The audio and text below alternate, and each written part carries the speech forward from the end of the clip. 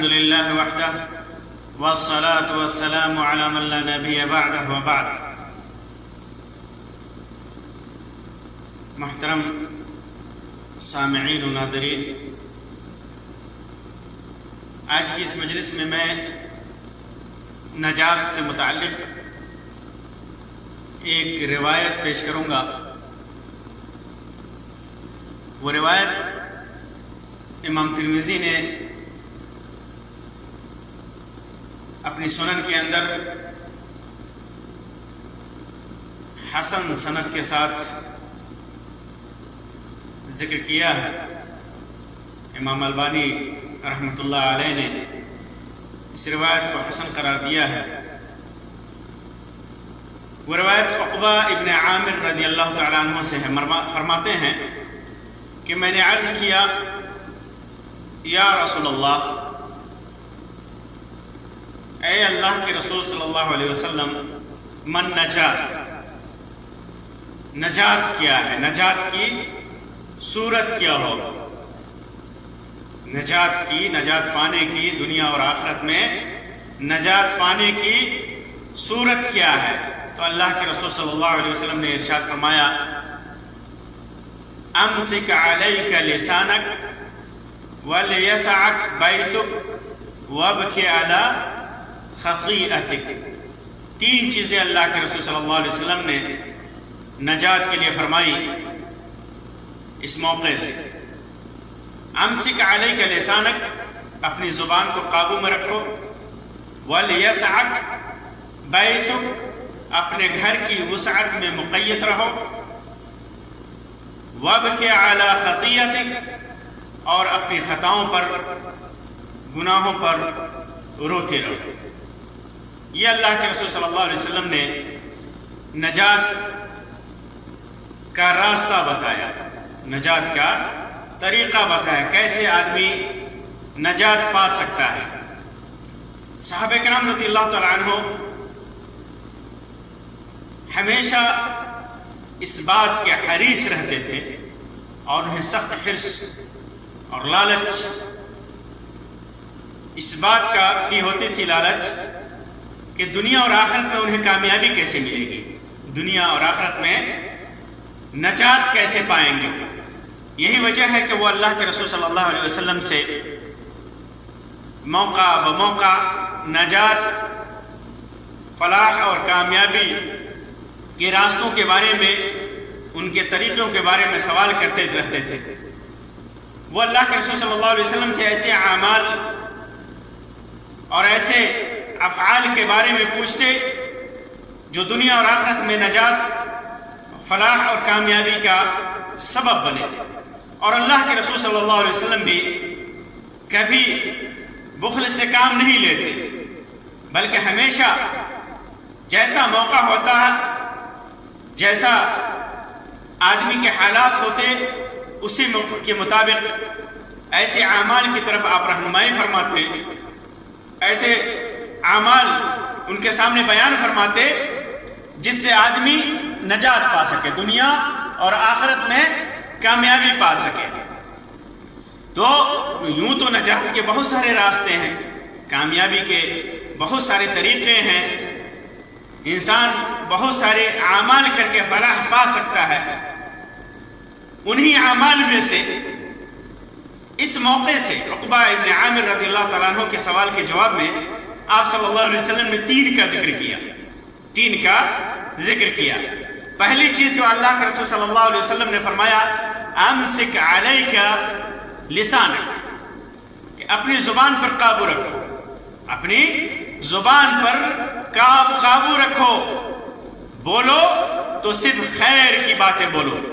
برائی کی باتیں مت بولو، فتنے کی باتیں مت بولو. کیونکہ انسان جو کچھ بھی بولتا ہے اللہ کا نگہبان اس کے ایک ایک لفظ کو لکھنے کے لیے تیار ہوتے ہیں. ایک ایک لفظ کو وہ یاد کرتے ہیں، وہ لکھتے ہیں. اللہ تعالیٰ نے فرمایا، ما یلفظ من قول الا لدیہ رقیب عتید. انسان منہ سے کوئی لفظ نکال نہیں پاتا مگر اس کے پاس نگہبان تیار ہوتا ہے، اور وہ نگہبان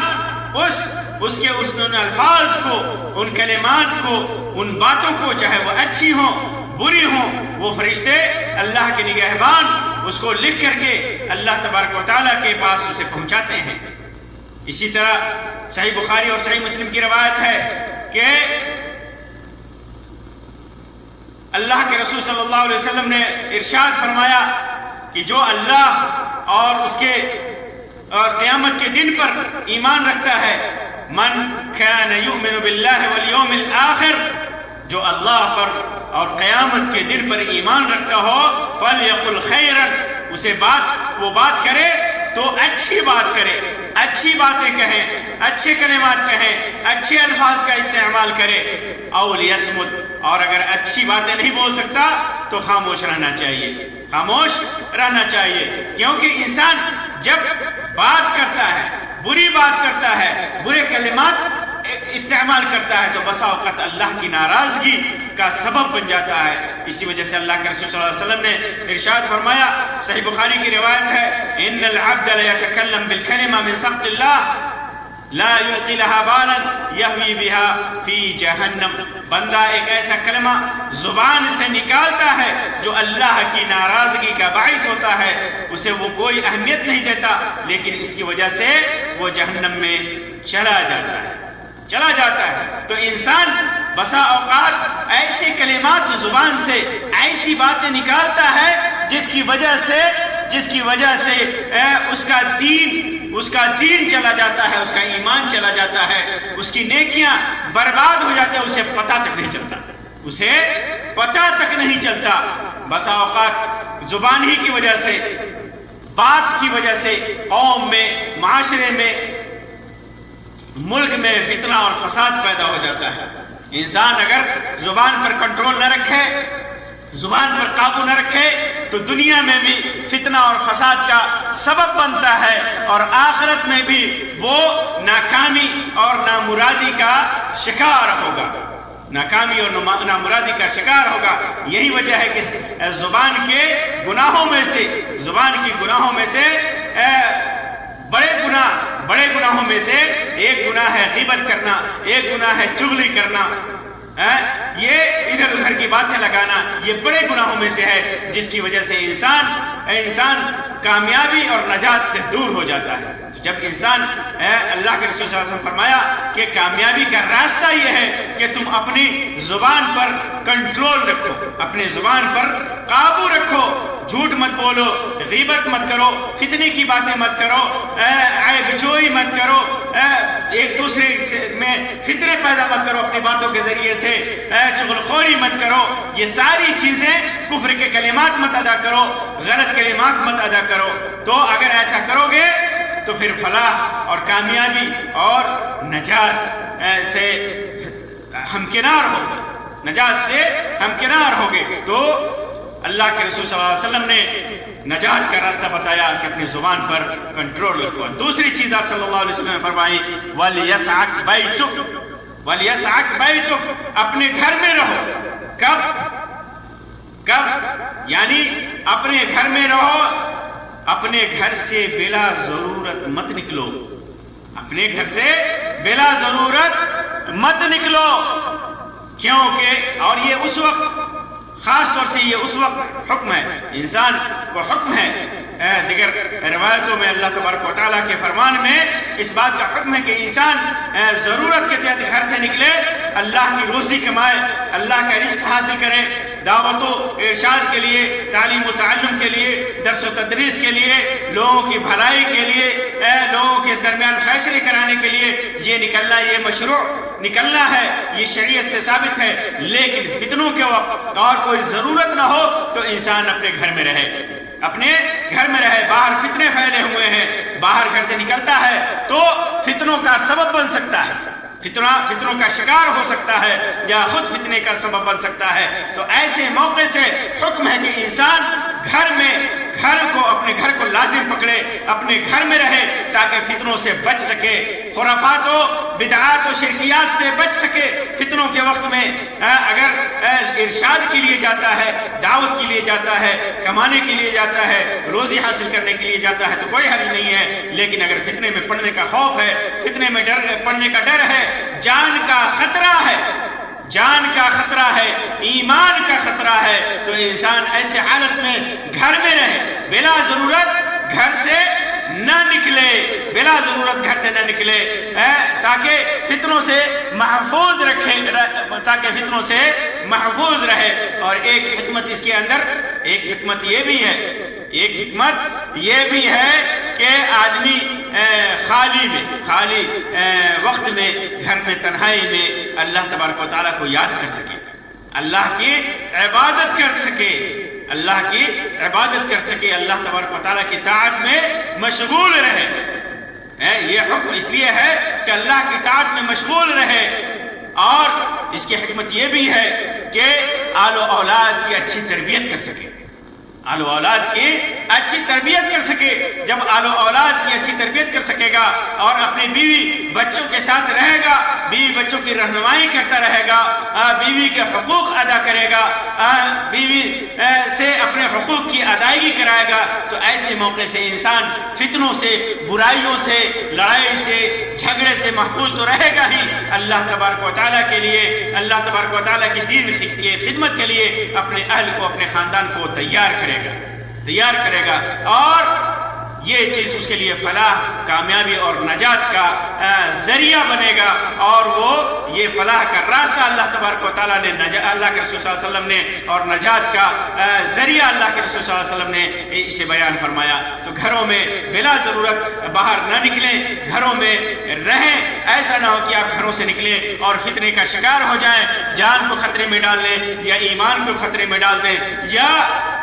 کسی بھی پھیلی ہوئی بیماری کے شکار ہو جائیں۔ اور ایک معنی علماء نے اس کا یہ بھی بیان کیا، وَلْيَسْعَكْ بَيْتُكَ کا ایک معنی یہ بھی بیان کیا ہے کہ جو اللہ تبارک و تعالیٰ نے جو بیوی، بچہ، رزق اور گھر دے رکھا ہے، جو بھی دنیا کے متاع دے رکھا ہے، دنیا کا ساز و سامان دے رکھا ہے، دنیا کی نعمتیں دے رکھی ہیں، وہ نعمت بیوی کے شکل میں ہو، آل و اولاد کی شکل میں ہو، رزق کی شکل میں ہو، گھر، زمین و جائیداد کی شکل میں ہو، اس پر راضی ہو جاؤ، اس پہ راضی ہو جاؤ۔ وَلْيَسْعَكْ بَيْتُكَ وَارْضِ بِمَا قَسَمَ اللَّهُ لَكَ، جو بھی اللہ تبارک و تعالیٰ نے تمہیں دیا ہے اس سے راضی ہو جاؤ۔ جو کچھ بھی اللہ تبارک و تعالیٰ نے دنیاوی نعمتیں دے رکھی ہیں اس سے راضی ہو جاؤ۔ راضی ہو کر کے جو دنیا میں تم سے بڑھے ہوئے ہیں ان کی طرف مت دیکھو، بلکہ دنیا کے معاملے میں جو تم سے کمتر ہیں ان کو دیکھو، اور دین کے معاملے میں جو تم سے کمتر ہیں انہیں مت دیکھو، جو اعلیٰ ہیں، جو تم سے اعلیٰ ہیں، زیادہ دیندار ہیں، ان کو دیکھو۔ تو یہ تمہارے لیے بہتر ہے، تمہارے دین کے لیے بہتر ہے، تمہاری نجات اور فلاح اور کامیابی کا ذریعہ ہے۔ تو ایک معنی یہ بھی بیان کیا گیا ہے۔ اور تیسری چیز جو اللہ کے رسول صلی اللہ علیہ وسلم نے کامیابی کا جو ذریعہ بتایا، کامیابی اور نجات کا جو راستہ بتایا، وَابْكِ عَلَى خَطِيئَتِكَ، گناہوں پر رو۔ آدمی گناہ کرتا ہے، انسان گناہوں کا پتلا ہے، انسان معصوم عن الخطا نہیں ہے، انسان گناہ کرتا ہے، اور چھوٹا بڑا جو بھی گناہ کرے تو اس گناہ پر روئے۔ کوئی گناہ اس سے سرزد ہو جائے تو اس پہ کبھی افسوس ملے، افسوس کرے، اور گناہوں پر اللہ تبارک و تعالیٰ کی پکڑ ہوگی، اس ڈر سے روئے۔ جو بھی گناہ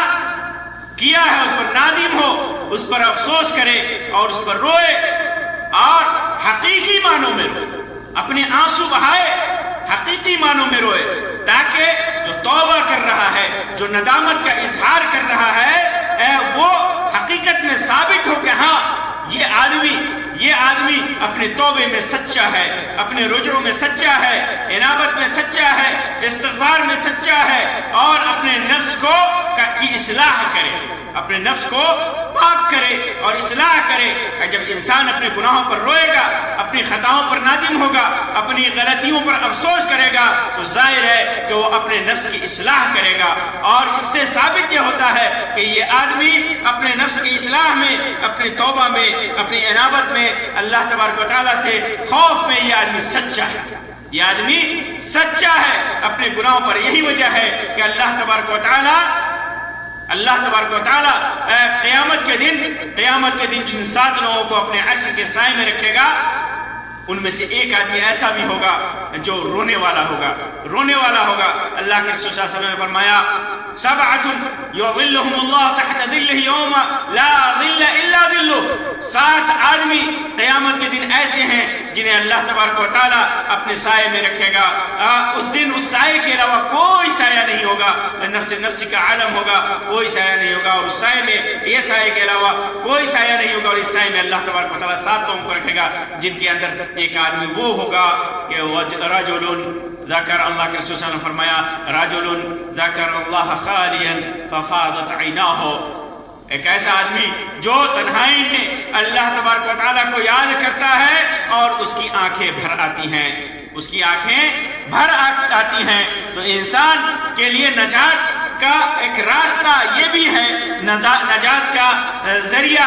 یہ بھی ہے کہ وہ اپنے گناہوں پر نادم ہو، گناہوں پر روئے، اور اگر رونا نہ آئے تو کیا کرے؟ بعض روایتوں میں آتا ہے کہ اگر رونا نہ آئے فتباک، رونے جیسی شکل بناؤ، رونے کی کوشش کرو، رونے جیسی شکل بناؤ، زبردستی رو، اللہ کے خوف سے گناہوں پر نادم ہوتے ہوئے زبردستی رو۔ آج تو رونے کا معاملہ الگ ہے، آج لوگ اپنے گناہوں پر فخر کرتے ہیں، برائی کیا، گناہ کیا، اور گناہ کو اپنی ہی تک محفوظ نہیں رکھتے، بلکہ اسے مجلسوں میں ان گناہوں پر، بجائے اس کے کہ وہ تنہائی میں رونے کی کوشش کریں، ان گناہوں پر نادم ہوں، ان گناہوں پر شرمندہ ہوں، اللہ کا خوف کھائیں، بجائے اس کے وہ اپنے دوستوں سے، اپنے ساتھیوں سے مجلسوں میں جا کر کے ان گناہوں کو بیان کرتے ہیں، فخر کے ساتھ بیان کرتے ہیں کہ میں نے یہ گناہ کیا، میں نے اس گناہ میں یہ بہادری دکھائی، اس برائی کے کرنے میں یہ بہادری دکھائی، یہ شجاعت دکھائی۔ تو یہ نجات کے راستے کے خلاف ہے۔ نجات کا راستہ تو یہ ہے کہ انسان گناہ کرے تو گناہوں پر روئے، گناہوں پر نادم ہو، گناہوں پر شرمندہ ہو۔ اگر رو نہیں سکتا، آنسو نہیں نکلتے ہیں، تو رونے کی شکل بنائے، رونے کی کوشش کرے، زبردستی روئے۔ تو یہ نجات کا راستہ ہے، نجات کا۔ اللہ کے رسول صلی اللہ علیہ وسلم نے اس روایت کے اندر دنیا اور آخرت میں فلاح، کامیابی، نجات کا ایک راستہ بتایا۔ بہت سارے راستوں میں سے یہ 3 راستے ایسے ہیں جو نجات کی طرف جاتے ہیں، کامیابی کی طرف جاتے ہیں، اور تینوں ہیں زبان کو قابو میں رکھنا، اور فتنوں کے وقت برائیوں سے بچنے کے لیے، فتنوں سے بچنے کے لیے اپنے گھر کو لازم پکڑنا، گھر میں قید ہو جانا، اور گناہوں پر نادم ہونا، گناہوں پر شرمندہ ہونا۔ اللہ تبارک و تعالیٰ سے دعا ہے کہ اللہ تبارک و تعالیٰ ہمیں ان تمام راستوں پر چلنے کی توفیق عطا فرمائے جو نجات اور کامیابی کے ہیں۔ اللہ تبارک و تعالیٰ ان تمام راستوں سے ہمیں بچائے جو نجات اور کامیابی سے ہمیں دور کر دے۔ آمین یا رب العالمین۔ وآخر دعوانا ان الحمدللہ رب العالمین، وصلی اللہ علی خیر خلقہ وسلم، والسلام علیکم ورحمۃ اللہ وبرکاتہ۔